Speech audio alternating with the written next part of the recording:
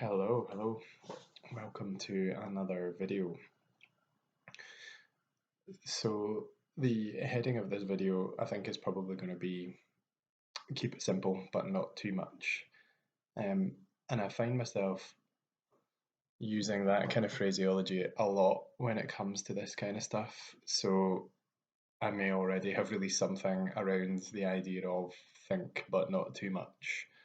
um, about overthinking. So clearly, thinking is important, but too much thinking is also bad.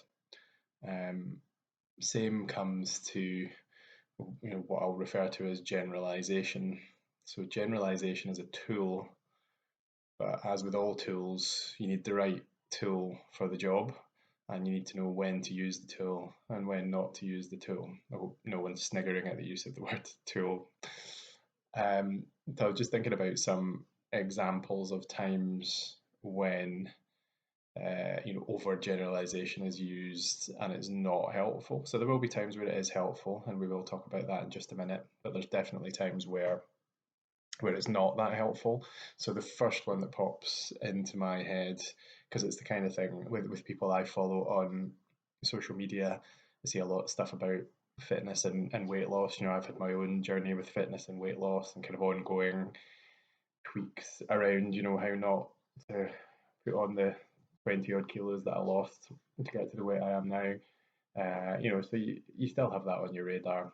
So there's the whole calories in, calories out thing. So yes, it's great when if you're significantly overweight, if you're trying to improve your health, then calories in, calories out is a really simple tool to help you think about how to start to address um, uh, being overweight. Okay, but it's not the only thing that you need to consider. So that is an oversimplification. So you will get people saying things like, well, just eat less and move more. And that's not great advice to give to someone who's struggling to lose weight, because generally there are other factors at play. And there's certainly more qualified people than me out there who can talk about why that is. So that for me is an overgeneralization. Yes, it is true, but there are other factors at play as well. It's not just as straightforward as calories in, calories out. Other things are more around um, generalizations about, you know, gender, for example. All men are, all men do, all men don't. Same for women as well. Generalizations about what women can do, can't do, should do, I guess. Population groups, so judgments made on the basis of someone's skin color. When you think about it, it just makes absolutely no sense whatsoever. Um, Ethnic groups, nationalities, you name it. So anything, any kind of broad brush sweeping statement is generally going to be inherently flawed, okay, because life just does not work that way, okay. So generalizations can be helpful as well. I can't recall, I've certainly done some kind of content about this before. I can't remember whether it was a video or whether it was written, but when it comes to decision making, yeah, in fact, I think I did do a video about decision making, didn't I? So generalization forms part of decision making, and it is an essential part of that as well. So with decision making, um, I forget that I was thinking fast and thinking slow. So I had to think slowly to think about the name of the book there. Thinking fast and thinking slow was the book sort of breaking down the mechanics of decision making, and I talked about that in my video, how healthcare professionals make decisions, about how there's kind of two broad aspects to decision making, and there are there's other models of decision making as well, but this one is just quite well known and quite accessible, and that you've got your kind of your fast thinking that's quite instinctive. It's working on limited information. Sometimes you need to do that. It's quick. It doesn't take too much energy. We will certainly use that in healthcare situations where we have to make quick decisions and take action and do things. We can't afford to mull things over too much. And then you've got the slower side of the decision making process, which is where you can sit and you can think and you consider, consider what you're trying to achieve, consider what your options are, your advantages, disadvantages, and then figure out a way forward. So that's a much slower process, takes more energy, takes more time. It's not great for an emergency, but it's your more kind of, I don't have to make quick decisions here. I can think about this and mull things over a little bit. Okay, so in order to make quick decisions, you have to generalize, you have to cut corners.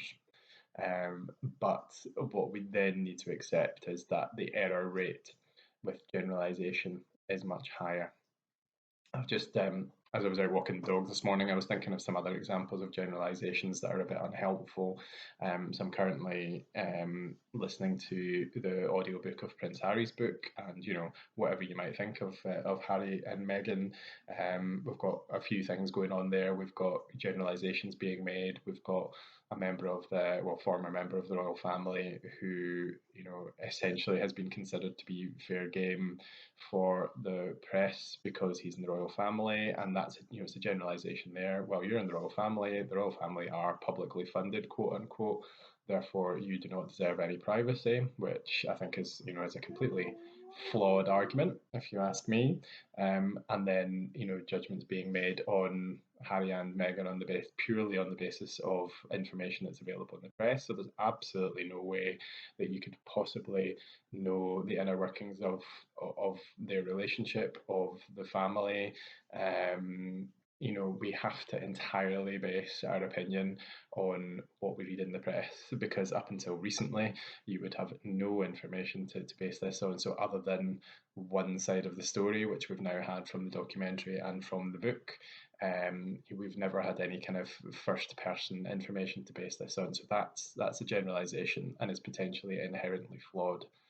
And another example that I'd considered was just thinking back to years of working in A&E, and also, my other half is in the public service in a different branch. But, when you work in public service, people do that. In fact, there has been research on this in the past. Um, that I've had people say this to me in the past years ago. You're a public servant. I'm a member of the public. Therefore, you serve me, and you have to do what I tell you to do. And I remember having a conversation with it's not happened much. It's happened once or twice over the years. I remember having a conversation with a gentleman saying, there is a subtle difference between being a public servant and being a servant. And yeah, I think that was pretty much the end of that conversation. It was all very polite. I'm never one for huge inflamed conflict, even working in A&E. But certainly I've seen it. I pay my taxes. I'm perfectly entitled to turn up at A&E with a very minor thing that could have been seen somewhere else.